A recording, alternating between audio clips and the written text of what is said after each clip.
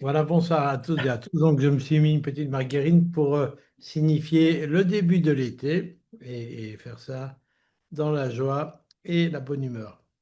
Donc, en effet, on est heureux de vous présenter ce nouveau venu de cette gamme qui restera limitée. Ne pensez pas qu'on va en rajouter un tous les 6 mois, mais il était indispensable, vous allez voir pourquoi, de créer ce produit qui contient de la carnitine et de la vitamine C.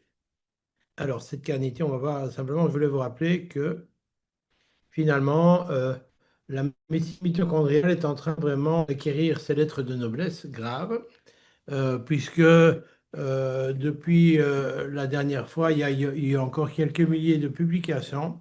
Et hier soir, quand j'ai préparé le PowerPoint, il y avait 131 000 publications. Vous voyez, en 2025, on est en train d'arriver, alors qu'on est à la moitié d'année, à quasi 80% de la production 2024. Donc, euh, il est de plus en plus clair et évident que les mitochondries sont à la croisée entre la santé et la maladie. Et j'ai trouvé cet article qui vient de paraître il y a quelques semaines, qui parle de la médecine mitochondriale depuis the bench to the bedside, ça veut dire depuis le laboratoire. Hein, la bench, c'est la paillasse auquel on fait les expériences, on teste les hypothèses, au lit du patient, bedside, c'est ce que ça veut dire. Et le concept 3PM, c'est-à-dire les 3 P que vous allez voir ici, la prévention, la prédiction et la personnalisation, qui en fait est une espèce de copie de la médecine 4P dont nous sommes des friands avocats, puisque il manque ici un P, c'est la participation du patient. Et donc l'idée, c'est ouais, c'est intéressant parce qu'ils disent que cette médecine mitochondriale va protéger pour limiter la transition entre protection against health to disease transition et d'autre part protection contre la progression de la maladie. Donc des vertus préventives et curatives. Et s'il y en a un qui boit du petit lait dans sa sépulture, c'est Hippocrate qui avait dit qu'en effet, il fallait prévenir et qu'on pouvait prévenir, mais également avoir un effet thérapeutique par l'alimentation. Donc voilà, et dans ce schéma, on voit que la médecine mitochondriale a le potentiel de pouvoir en vérité bloquer tous les processus biochimiques qui ont été identifiés comme à l'initiation des pathologies chroniques. Alors, dans cet article aussi, il vous montre que finalement, la santé mitochondriale est fortement dépendante, d'une part, du maintien d'un parc mitochondrial optimal en équilibrant et la biogénèse mitochondriale et la mitophagie, l'élimination des mitochondries, mais également des processus actifs dont on parlera une autre fois, qui sont la fission et la fusion mitochondriale, qui permet d'adapter le parc mitochondrial aux activités nécessaires. Et vous voyez ici que, et plus tard d'ailleurs ici, donc je vous rappelle que 10% de votre poids sont représentés par ce 100 millions de milliards de mitochondries. Ok, donc ce n'est pas rien, 10% du poids, 40% du cœur et environ 25% du cerveau. Et que cette mitochondrie joue un rôle central. Je pense qu'on ne peut plus, sauf ceux qui n'ont pas encore compris la mitochondrie et qui la voient comme quelque chose de complexe et de rébarbatif, eh bien aujourd'hui, on ne peut plus exclure la mitochondrie comme étant au centre de la vie, au centre de la santé, au centre de l'équilibre. Ok. Et vous voyez qu'en effet, on a toutes ces relations où la mitochondrie, bien sûr, va produire beaucoup d'énergie, 50 kg d'ATP par jour en moyenne, mais également contrôle l'homéostasie du fer, du calcium, du glucose, du lactate, et est en communication avec le noyau, a des activités épigénétiques, mais également contrôle le système immunitaire, et vous le savez, est en intime connexion avec le microbiote intestinal. Nous allons nous occuper aujourd'hui de la mitochondrie comme centrale productrice d'énergie en transformant l'énergie chimique potentielle des carburants. Et sur ce schéma, on vous rappelle que finalement, la mitochondrie va consommer indirectement les carbohydrates une fois que le glucose ait été oxydé dans le cytosol par la glycolyse en pyruvate. OK? Il peut également, ces mitochondries, il peut consommer des acides aminés à partir du moment où ils vont être désaminés, mais également un carburant privilégié lorsque vous avez besoin de beaucoup d'ATP, ce sont les acides gras.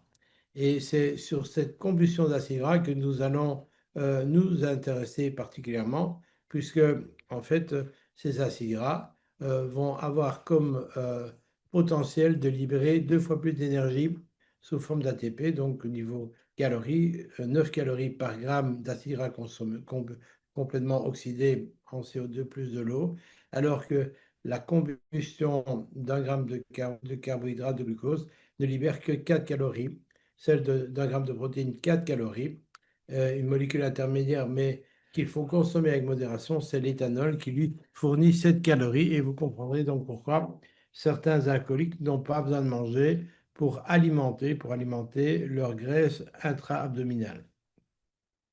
Alors, la carnitine, on va en parler bien sûr, c'est l'étape limitante de la combustion des acides gras. Et cette L-carnitine, en fait, elle va permettre l'introduction de l'acide gras dans la fournaise mitochondriale où l'acide gras, on va voir, va être découpé en autant de groupes acétates qu'elle n'a de nombre pair de carbone. Et je vous rappelle que tous les acides gras ont un nombre pair de carbone puisqu'ils sont tous nés par la condensation de molécules d'acétate. OK? Réaction condensation, que vous connaissez bien. Donc, les acides gras ne sont jamais libres, ils sont toujours liés à du coenzymat. OK? On a acyle, donc ici on a acétylcoenzymat, mais quand le R est supérieur à 1, on va avoir du myricyle, du palmityl, du docosahexaénoïl coenzymat. OK? Donc jamais un acide gras ne va circuler libre, il est toujours associé au coenzymat qui est un manutentionneur de groupement donc d'acide gras et qui, pour sa synthèse, a besoin de vitamine B5, l'acide pantothénique. Donc, euh, par contre, sous forme d'acylcoenzymat, stéarylcoenzymat par exemple, pour prendre l'acide gras saturé le plus fréquent, eh bien, ils ne vont pas pouvoir traverser la membrane interne.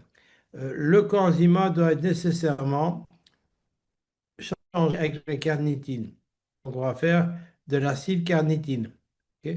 Acylcarnitine qui va alors permettre le passage au travers d'une protéine transmembranaire qui est l'acylcarnityle translocase et qui va en vérité introduire l'acylcarnitine dans la matrice mitochondriale. Mais là, immédiatement, on va avoir le changement de la carnitine par du coenzyme parce que c'est le coenzyme qui va aller apporter l'acide gras à la chaîne qui va oxyder, qu'on appelle la bêta-oxydation.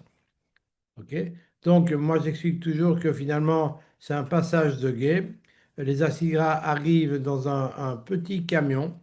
Ils arrivent au bord de la rivière. On leur demande de changer et de monter dans une barque. Et la barque, alors, va passer le guet. Et une fois qu'ils ont passé de l'autre côté, ils remontent dans le bus. Donc, vous avez compris que le bus, c'est le coenzyme et que la barque, c'est la carnitine. OK. Donc, encore un schéma qui vous montre cela. Vous voyez l'acétylcoenzyme, et vous savez que l'acétylcoenzyme va nourrir le cycle de Krebs pour ceux qui se souviennent de ce fameux cycle de l'acide citrique. Ok. Donc, les lipides vont être digérés, absorbés au niveau de l'intestin grêle, transportés sous forme de kilomicrons, et puis absorbés au niveau des cellules, produites aussi en partie par le foie, et puis elles vont aller dans les mitochondries où elles vont servir de carburant privilégié pour les tissus qui ont besoin de beaucoup d'énergie, et notamment le muscle. Alors, le problème de la carnitine, c'est que nous en produisons que très peu, en général 25%. Ok. Et donc, nous devons apporter les 75% additionnels par l'alimentation. Notre synthèse se produit à partir de l'usine d'un acide aminé basique, ok, et elle va faire participer le foie et le rein. Ok. 90% de la carnitine se trouve dans le muscle, la carne et la viande. C'est pourquoi on parle en vérité, de carnitine, parce que carne en italien ou en latin, c'est la viande. Alors, il est important à ce stade-ci de faire le distinguo entre la L-carnitine et la D-carnitine. De quoi s'agit-il? Il s'agit en vérité des formes stéréoisomériques. En fait, comme la carnitine, c'est un acide aminé, elle a un carbone alpha, et elle peut avoir deux versions qui sont un peu l'image l'une de l'autre dans un miroir, hein, la main droite et la main gauche. Et en général, les acides aminés qu'utilise la vie sont des acides aminés lévogyres, la main gauche. Ok. La forme D, non seulement n'est pas fonctionnelle, mais également elle peut être toxique. Et donc, vous devez savoir qu'il est fondamental, lorsque vous prenez de la L-carnitine, de vous assurer que c'est bien la forme L pour ne pas intoxiquer vos mitochondries. Ok. Si vous avez de la carnitine de synthèse, vous aurez nécessairement un mélange dit racémique, c'est-à-dire que les systèmes enzymatiques in vitro font autant de forme L que de forme D. Donc il faut absolument avoir de la L-carnitine qui est d'origine biologique. La voie de synthèse va impliquer en vérité la biodisponibilité de lysine, acide aminé qu'on trouve abondamment dans les protéines, notamment animales, et d'un donneur de gros méthyle. En fait, non pas la méthionine activée sous forme de SAM par le cycle de la méthylation. Hein. Donc, on va voir ça. Et donc, on va méthyler trois fois la lysine pour faire du triméthylysine. Et puis, on va voir que en présence de fer de plus et de vitamine C, on va avoir une voie qui va se partager entre le foie et le rein et qui va aboutir à la L-carnitine. On revoit ici cette synthèse, la lysine qui va être triméthylée, qui va être oxydée en 3-hydroxytriméthylésine pour ensuite, par toute une série de voies, être transformée en carnitine. Carnitine qui alors va se lier aux acides gras pour pouvoir les faire entrer dans la mitochondrie.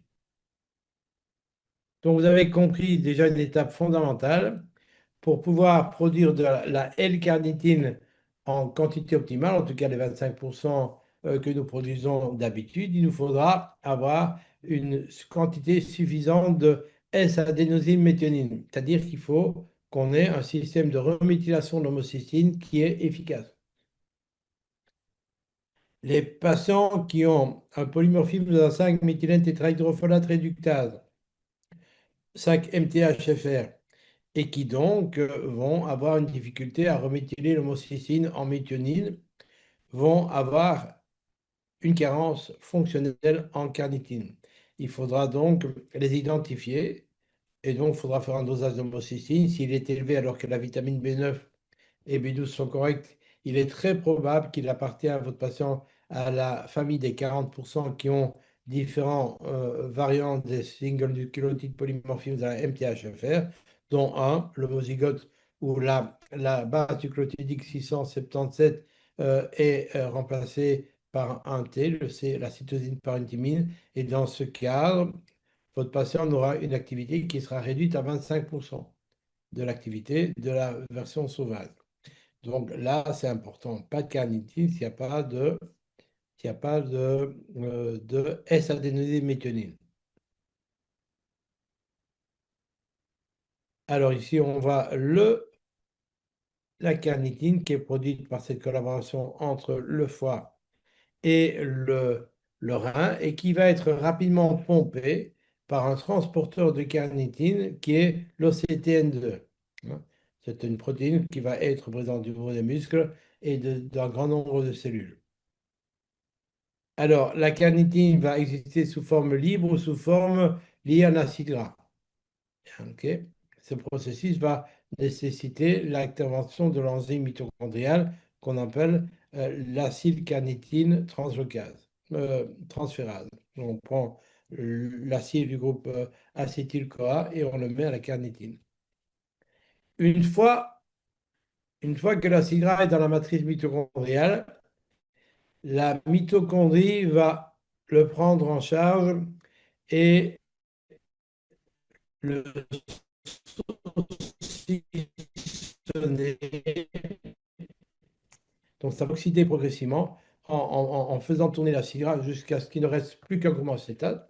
Donc ici, vous avez 1, 2, 3, 4, 5, 6, 7, 8, 9, 10, 11, 12, 13, 14, 15, 16. Vous avez l'acide palmitique, un acide gras saturé à ces atomes de carbone. Il va passer 8 fois dans ce cycle d'oxydation qu'on appelle la bêta-oxydation, non pas parce que c'est stupide, mais parce que on va couper chaque fois au niveau du carbone bêta, alpha-bêta, alpha-bêta, et à chaque fois, on va récupérer des électrons à haute énergie.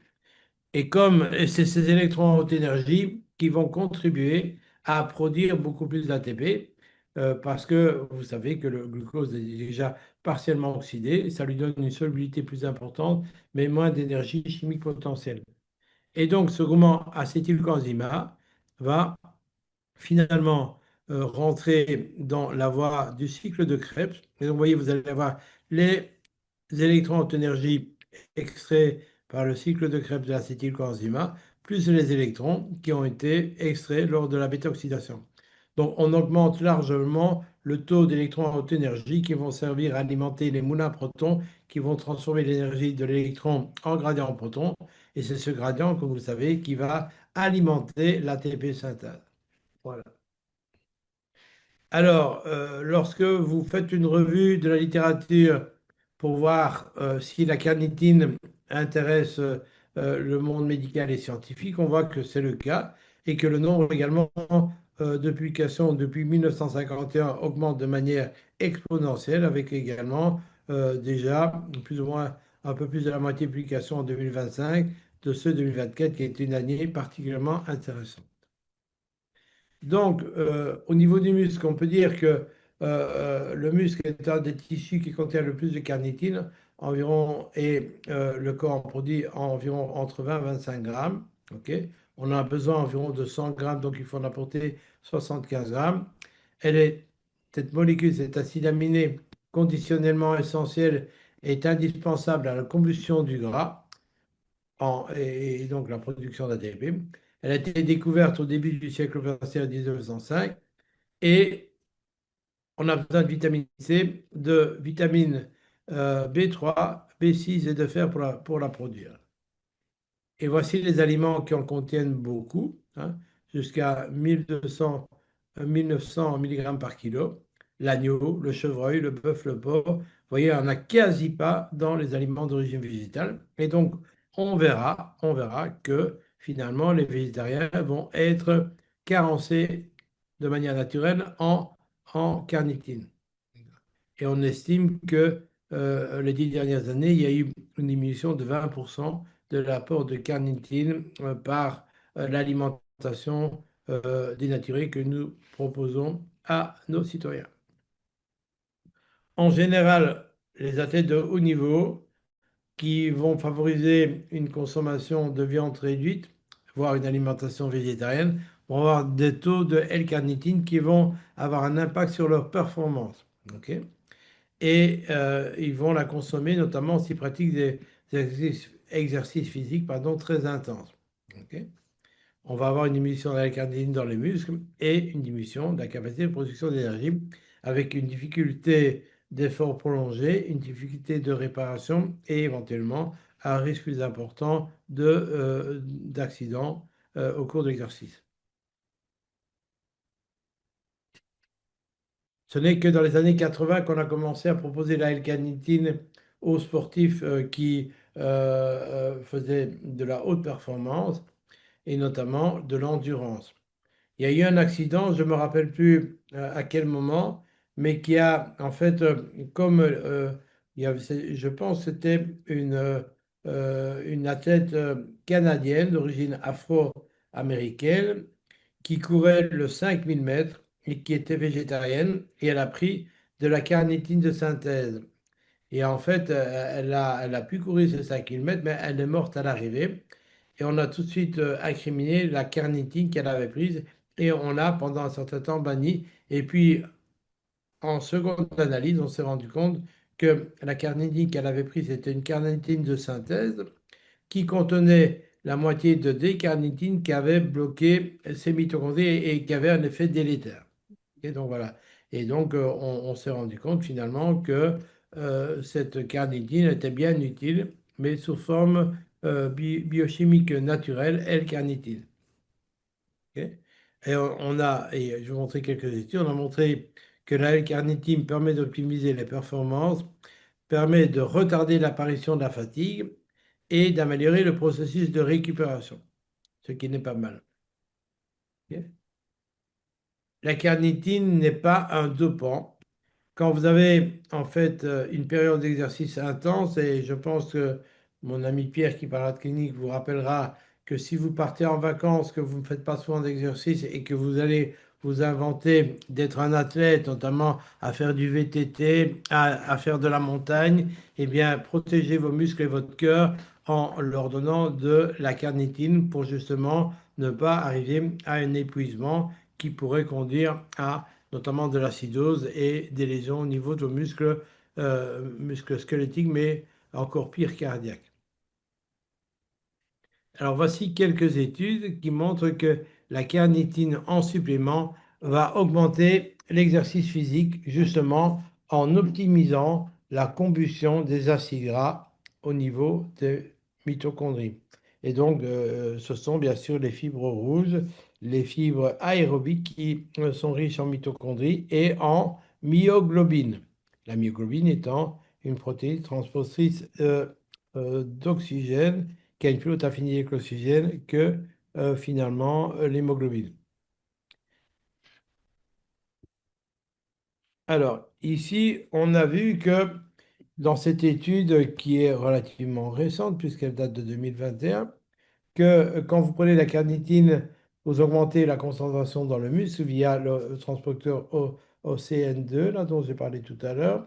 Vous allez augmenter la biodisponibilité de l'oxygène, augmenter la consommation d'oxygène, augmenter l'oxydation d'acides gras, diminuer la production de lactate et augmenter les défenses antioxydantes. Donc autant d'effets intéressants. Et l'idée, c'est que lorsque vous allez avoir une activité à haute performance, on conseille de prendre juste avant l'exercice jusqu'à 3 à 4 grammes de carnitine, 1 heure à 1 heure et demie avant, ce qui va avoir des effets. Quand on a une activité physique modérée, on a moins de résultats si on prend de la L-carnitine de manière chronique. Donc, si par exemple vous êtes en vacances, vous allez aller faire une marche en montagne où il y aura moins d'oxygène, et donc pour la même quantité d'oxygène, on va produire plus d'ATP à partir du gras qu'à partir du glucose, eh bien vous prenez 4 MitoPower qui vous donneront en vérité 2 grammes ou 4 ou 6 de L-carnitine. Ici, c'est intéressant également, ce sont des patients qui ont des problèmes de foie et qui ont des cirrhoses et qui finalement vont avoir un problème à produire leur propre carnitine. Qu'est-ce qu'on voit? On voit que après le traitement, on va avoir une réduction du nombre de crampes, de la fréquence par mois, de la durée des crampes et de la sévérité des crampes. Donc, on montre bien que la carnitine est un nutriment indispensable pour que nos muscles, et on parle des muscles squelettiques, mais bien sûr le muscle cardiaque est à la même enseigne, on va réduire donc les problèmes liés à un déficit de production d'ATP qui va entraîner une augmentation de consommation d'oxygène. Et là, on voit que une insuffisance en carnitine qui va être inéluctablement un processus qu'on observe avec l'âge, donc les personnes âgées produisent moins de carnitine, vont compromettre les performances mitochondriales et donc le contrôle métabolique. Donc, par cette carnitine, vos mitochondries, notamment musculaires, vont souffrir. Si les mitochondries musculaires souffrent, cela va entraîner naturellement une déficience de la, l'oxydation du pyruvate. Ça va augmenter le taux de glucose cytosolique et naturellement, par effet rebond, on va avoir une résistance à l'insuline. Donc finalement, la carnitine pourrait être envisagée également comme un supplément qui permet de contrôler et d'optimiser la sensibilité à l'insuline. Ok. On voit ici la diminution de la carnitine liée à l'âge. Ok. et la production également d'acide lactique en fonction du taux de carnitine. Et là, on a donné de la carnitine à des patients qui faisaient des exercices aérobiques, ok, avec un placebo. Et donc, on a mesuré le taux notamment de lactate après 3, 15 et 30 minutes dans le sang. Et on voit ici donc les, les points noirs, c'est ceux qui prenaient de la L-carnitine, les points blancs, c'est le placebo. Et vous voyez qu'il y a beaucoup moins de production de lactate si vous prenez la carnitine, ce qui veut dire que vous allez avoir des mitochondries qui sont plus performantes et qui ne sont pas obligées de faire la glycolyse anaérobique lactique. Donc, la L-carnitine, conclusion, augmente les performances en atteignant la production d'acide lactique et le stress oxydant suite à un exercice de résistance qui recrute les fibres musculaires rouges. Il y a encore cette étude qui montre que la L-carnitine favorise la récupération après un exercice. Donc, si après avoir fait une marche, du vélo ou que sais-je, une activité ou du VTT ou un match de foot, vous avez des douleurs musculaires, c'est que vous avez créé souvent une acidose au niveau musculaire, eh bien, vous allez pouvoir réduire cet effet désagréable et les lésions associées en prenant la carnitine avant l'exercice.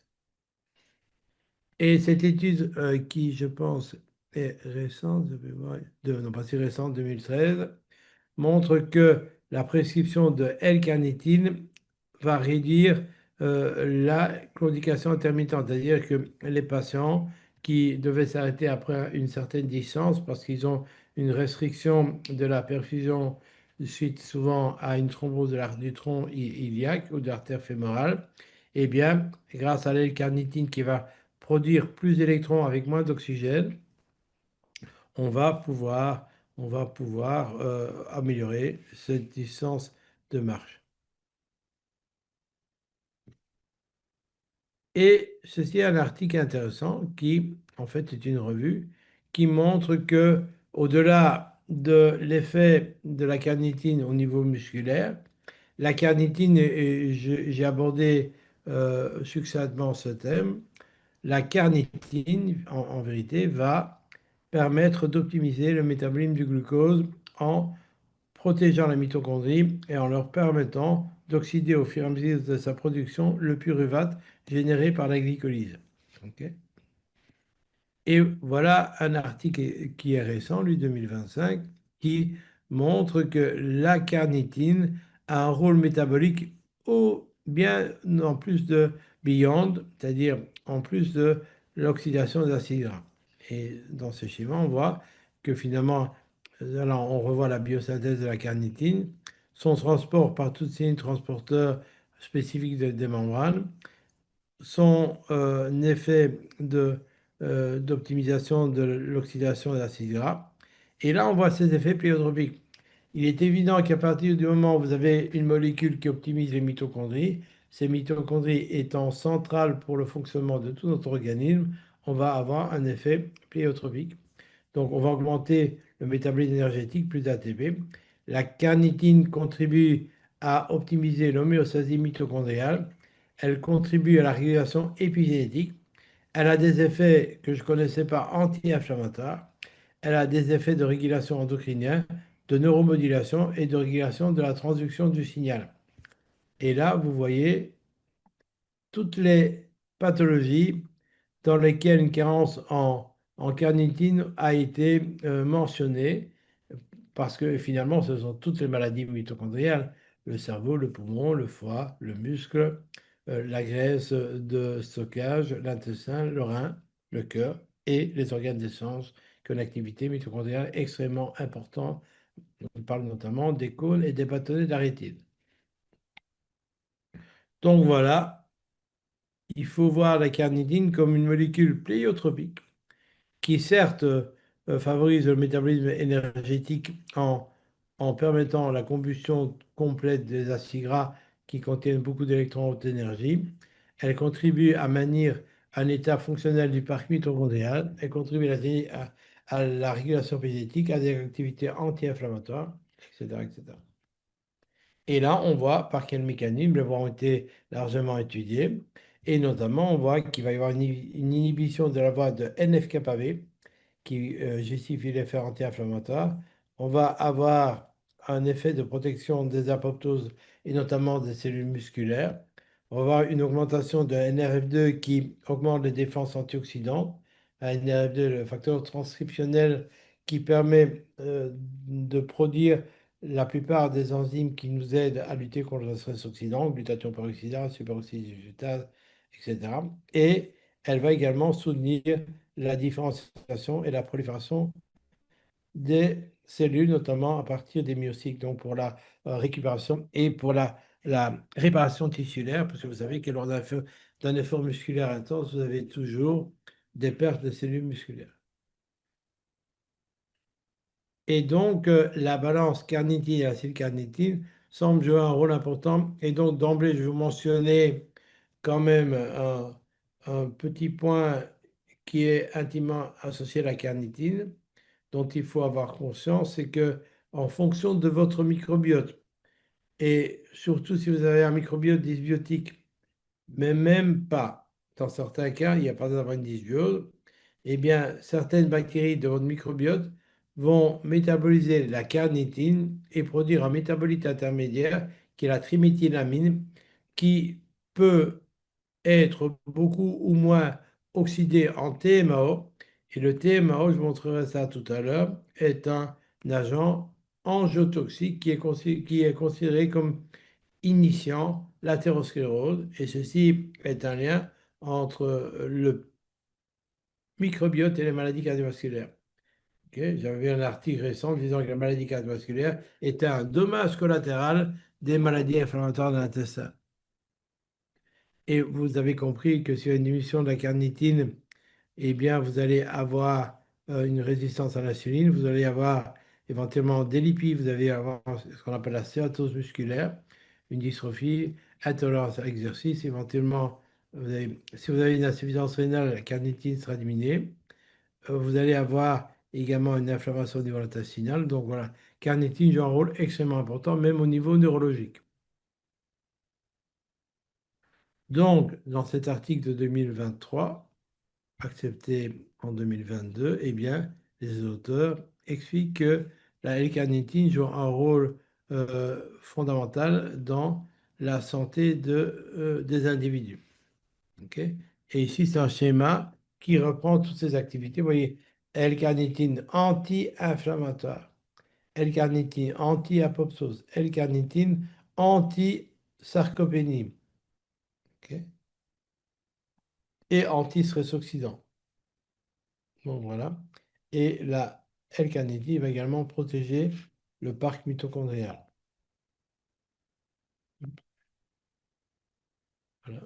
Et voici quelques études où on a parfois des effets intéressants ou parfois moins intéressants. Donc, je vous montre toutes les études. Donc, ici, on voit que 50 mg n'ont pas d'effet sur la stéatose d'enfants obèses, qui vont peut-être pas, comment dire, changer leur alimentation. C'est ça le problème dans ces études. Il faut voir. Et ici, on voit que la prise de patients qui ont un cancer du sein ont moins de fatigue grâce à une étude qui a été sponsorisée par l'European Organization Research Treatment of Cancer, le ORTC. Et alors, ce qui est intéressant, c'est que la carnitine est également utile pour les couples infertiles. Ok. On a montré que, en effet, la carnitine protège les mitochondries des ovogonies et donc permet de protéger l'ovule et de lui permettre d'aller. Donc, ça, c'est une étude qui a été publiée en 2018. Vous allez voir, il y en a d'autres. On voit que c'est via tous ces effets, donc augmentation de la bêta-oxydation, maintien d'un rapport coenzyme-acétylcoenzyme qui permet de garantir une production d'ATP optimale. Et puis, protection de la vitamine D par les défenses antioxydantes, qu'on voit ici. Effet anti-apoptotique, donc on va empêcher l'ovocyte de s'apoptoser, effet anti-inflammatoire.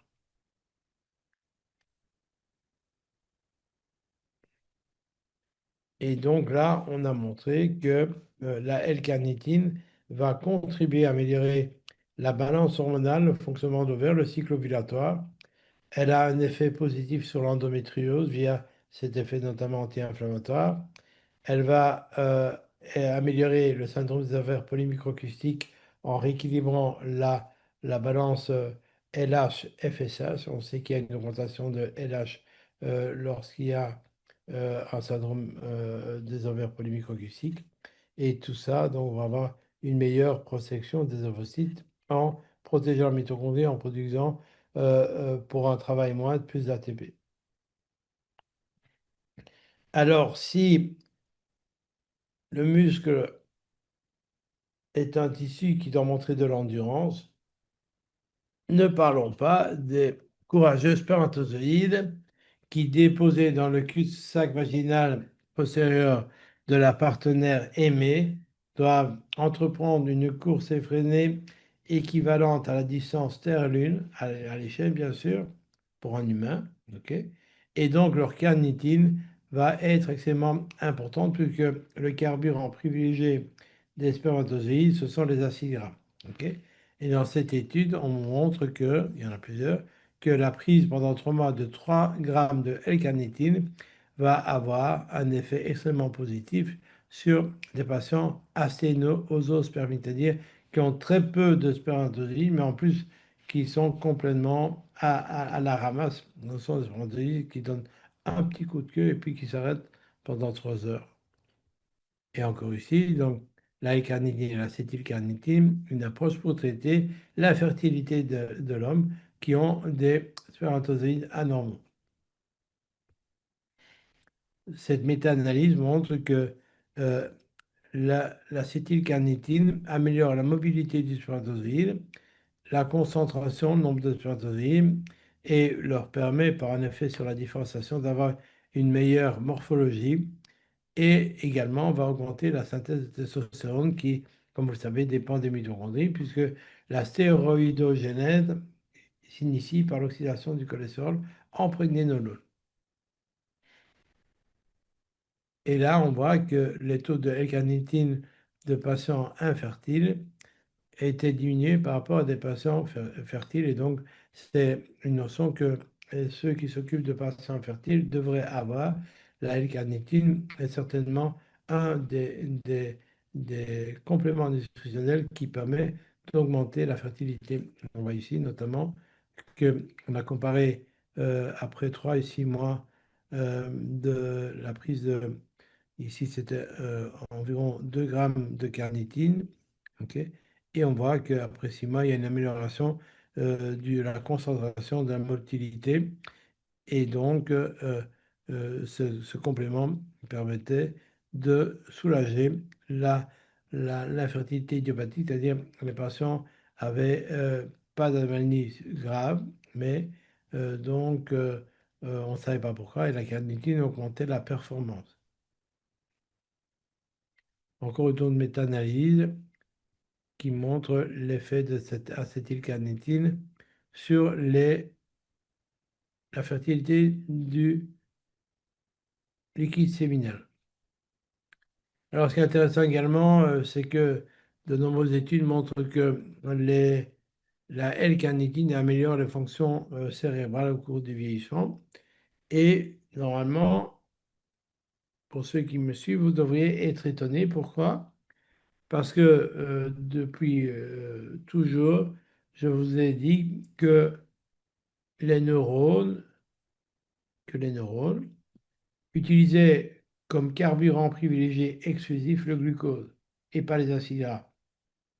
Donc, pourriez vous demander en quoi est-ce que la carnitine peut avoir un effet positif sur le cerveau. Et je vais vous dire pourquoi. Eh bien, parce que, en vérité, ce qui se passe, c'est que les neurones sont 10 fois moins nombreux que les cellules gliales, astrocytes, oligodendrocytes, microgliocites. Eh bien, ces cellules gliales, elles sont capables d'utiliser les acides gras comme carburant épargnant le glucose pour les neurones. Donc, il y a une espèce, si vous n'avez pas assez de carnitine, eh bien, les cellules gliales vont commencer à consommer le glucose et il n'y en aura pas assez pour les neurones. Ok. Et donc, dans cette étude également, on montre que euh, euh, des patients qui ont moins de carnitine et qui ont une cirrhose, comme tout à l'heure, ok, et à qui on donne de la carnitine, améliorent leur fonction cognitive. Donc, la L-carnitine améliore le cerveau des patients qui ont moins de carnitine. Et ici, encore une étude qui date de 2020 qui montre que la L-carnitine va favoriser le métabolisme énergétique cérébral, ok, ce qui va être neuroprotecteur puisque vous allez avoir moins de respiration cellulaire et plus d'ATP. Ok. Ça va réduire l'acidose lactique au niveau du cerveau, réduire l'inflammation et optimiser la fonction mitochondriale en augmentant la concentration d'acétyl-CoA. Ok. Donc, la L-carnitine est un outil moléculaire utile dans la prévention de l'Alzheimer, mais également dans la prévention de sa progression. Surtout, souvent, ces patients dans les EHPAD, dans les institutions, ne mangent pas beaucoup de viande rouge. Beaucoup du poulet, mais pas de viande rouge. Et là, on voit que la L-carnitine améliore la fatigue et les anomalies métaboliques des patients qui ont un syndrome métabolique. Et je vais vous raconter une histoire qui m'est arrivée il y a 20 ans, quand je commençais dans la médecine nutritionnelle. Et donc, au début, je m'occupais essentiellement de patients qui avaient un cancer du sein. Et puis, bon, les résultats sur d'autres paramètres santé étant spectaculaires, c'est pas moi qui le dis, c'était les patients. J'ai eu toute une série d'autres cas. Et notamment, je me rappelle de cette jeune fille qui s'appelait Juliette, qui était une Flamande, qui avait un diabète de type 1. Et le père, qui était très anxieux par rapport au devenir de sa fille, était venu me voir parce qu'il était effrayé de la prise en charge par le diabétologue interniste qui, en fait, suivait la courbe de glycémie et l'hémoglobine glyquée. Et au fur et à mesure que la glycémie augmentait, eh bien, ils augmentaient les doses d'insuline. Et il avait lu que trop d'insuline pouvait avoir des effets délétères sur la santé, ce qui est vrai. Et donc, il m'a dit, ben, c'est un flamand, il me dit, ben, moi, je viens te voir parce que, pareil, tu ne donnes pas de médicaments. Les flamands tutoient facilement, c'est comme les anglais, c'est you, hein. Donc, j'ai dit, en effet, on va un peu voir. Et la jeune fille avait une carence en vitamine D de ouf, quasi pas d'oméga 3, une carence en fer, enfin, une catastrophe. Donc, j'ai corrigé ça, etc. Et elle a fait des hypos avec son traitement hormonal, avec le traitement nutritionnel. Elle faisait des hypos, des malaises, et elle a dû diminuer l'insuline. Normal, parce que justement, quand j'avais un diabète de type 1, ou je vais peut-être pas dire qu'elle avait un diabète de type 1, évidemment, ok, eh bien, vous pouvez souffrir d'un diabète de type 2. Et ça, je connais peu de diabétologues qui considèrent la sensibilité à l'insuline une fois qu'il n'y a plus de cellules bêta-hydroxylangarate. Mais on peut être résistant à notre insuline et résistant à l'insuline injectée, évidemment. Ok. Donc ça, c'est la première chose. Et puis alors, le papa qui était très content continue à venir, il me dit, ben, écoutez, je reviens parce que Juliette, elle fait des malaises quand elle joue au tennis. Et donc, je lui ai dit, ben voilà, probablement que comme elle se donne à fond, eh bien, elle va consommer tout le glucose. Et comme elle n'a plus cette régulation, elle va faire une hypoglycémie. Donc, je lui ai conseillé de prendre 3 grammes de carnitine avant sa séance de tennis. Eh bien, plus aucun malaise. Et donc, tout ça pour vous dire que ça fonctionne très bien. Et d'ailleurs, voilà, une étude qui est publiée en février 2025, donc c'est tout récent, qui montre que la supplémentation en carnitine améliore la sensibilité à l'insuline et le taux d'acétylcarnitine dans le muscle chez les patients qui ont un diabète de type 2. Ça marche bien sûr avec tous les types de diabète de type 1 et de type 2. Il y a encore une autre étude qui montre que ce n'est pas été montré. Ici, on donne entre 1 à 3 grammes qui améliorent les biomarqueurs du syndrome métabolique, triglycérides, cholestérol, etc., mais également glycémie à jeun. Alors, je vous ai dit que la carnitine avait également des vertus anti-inflammatoires et donc pas étonnant de voir cette étude qui montre que la supplémentation en L-carnitine va diminuer les signes cliniques de douleur et les raideurs de patients qui ont une ostéoarthrite inflammatoire. Donc c'est toujours bon à voir, essayer, voir par rapport au régime du patient. Et bien sûr, comme j'avais mon ami Pierre qui allait prendre la suite, je voulais quand même lui montrer qu'il y a pas mal d'études qui montrent que, évidemment, la carnitine va améliorer les performances cardiaques, notamment chez les patients qui ont des problèmes d'insuffisance cardiaque, parce qu'elle va permettre de produire plus d'ATP pour moins de consommation d'oxygène. Ça, c'est et là, alors c'est intéressant, ça, vous voyez, on a montré que la supplémentation en carnitine, je vais un peu revoir combien on leur donnait, une étude randomisée, hein, comme bien tous les ignorants suspicieux, sur 786 patients, on leur donnait, je pense, de la carnitine, où on a dosé, oui, et on a montré que la prescription de carnitine améliorait euh, le post-op et il y a beaucoup moins de complications après une chirurgie cardiaque. Alors, de manière intéressante, c'est bon à savoir, lorsque vous buvez du café, vous augmentez la clearance de la créatine, la carnitine, c'est-à-dire l'entrée dans les muscles et dans les tissus, là où elle va faire son travail.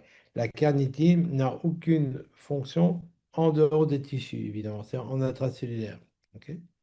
Donc, la congestion de carnitine avec du café peut représenter une nouvelle manière de charger les muscles en carnitine et donc d'augmenter le métabolisme lors d'une performance. Donc, prenez votre carnitine, un petit expresso et tout va bien. Comme la carnitine, la caféine et le café est également eubiotisant, que du bonheur, en tout cas pour moi qui adore le café.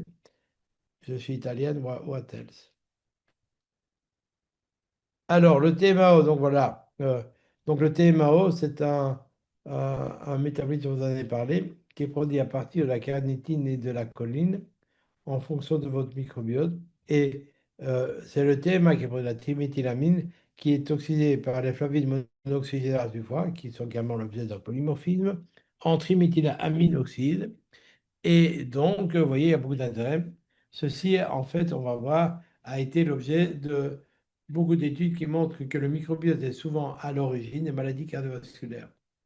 Et ceci, bien sûr, donne beaucoup de joie à mon ami Hippocrate, qui avait dit que toutes les maladies commencent au niveau des intestins, et combien il avait raison, le bourg. Et donc, on voit ici que la carnitine, ok, la L-carnitine, également dans la carnitine, et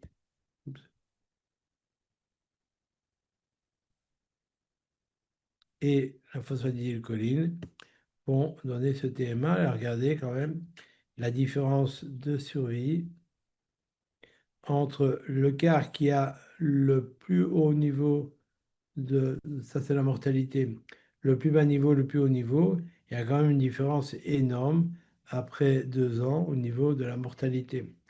Donc, il y a tout accident cardiovasculaire. Donc, vous ne voulez pas, mais je vous rassure, c'est pas en prenant 2 fois avant d'aller faire la balade en montagne pendant les vacances que vous prenez des risques, hein. Par contre, ne pas en prendre tout le temps si vous n'êtes pas sûr que que vous avez un microbiote TMAogène. Alors, donc voilà, ce que je voulais dire, c'est que l'histoire du TMAO, a conduit à revisiter le French Paradox qui dit que finalement les Français qui mangent aussi gras que les Américains ont moins de maladies cardiovasculaires.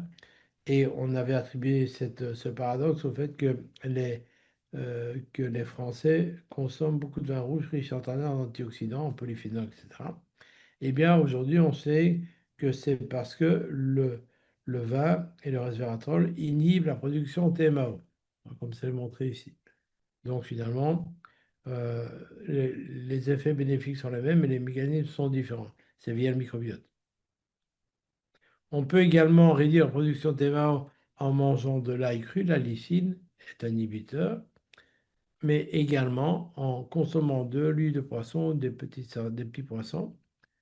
Une étude qui monte ici, donc on va diminuer l'athérosclérose. De la berbérine, très efficace pour réduire aussi le TMAO. Tous les polyphénols, que ce soit dans les graines de lin, le raisin, les cerises, les fraises, euh, dans toute une série d'autres plantes, eh bien, sont des molécules qui, via leur action sur le microbiote, vont réduire la production de TMAO et vont donc être cardioprotecteurs. Et enfin aussi, on a le café. Encore, vous voyez, café, excellent pour la santé, sous forme d'expression, pas américain évidemment, expression. Le thé oolong et la quercétine, mais également, donc, on trouve dans les pommes, les framboises, les myrtilles, les baies de Canneberg, etc., etc. Et là, une étude récente montre que finalement, on identifie les germes qui sont producteurs, donc des bactéries qui ont un certain gène qui va transformer la carnitine en triméthylamine.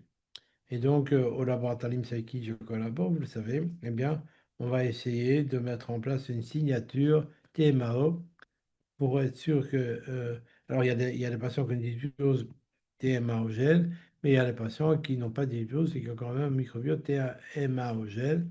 Donc, c'est intéressant parce que s'ils doivent prendre la carnitine, et parfois ils devront prendre la carnitine, il faudra prendre des inhibiteurs de l'enzyme ad hoc.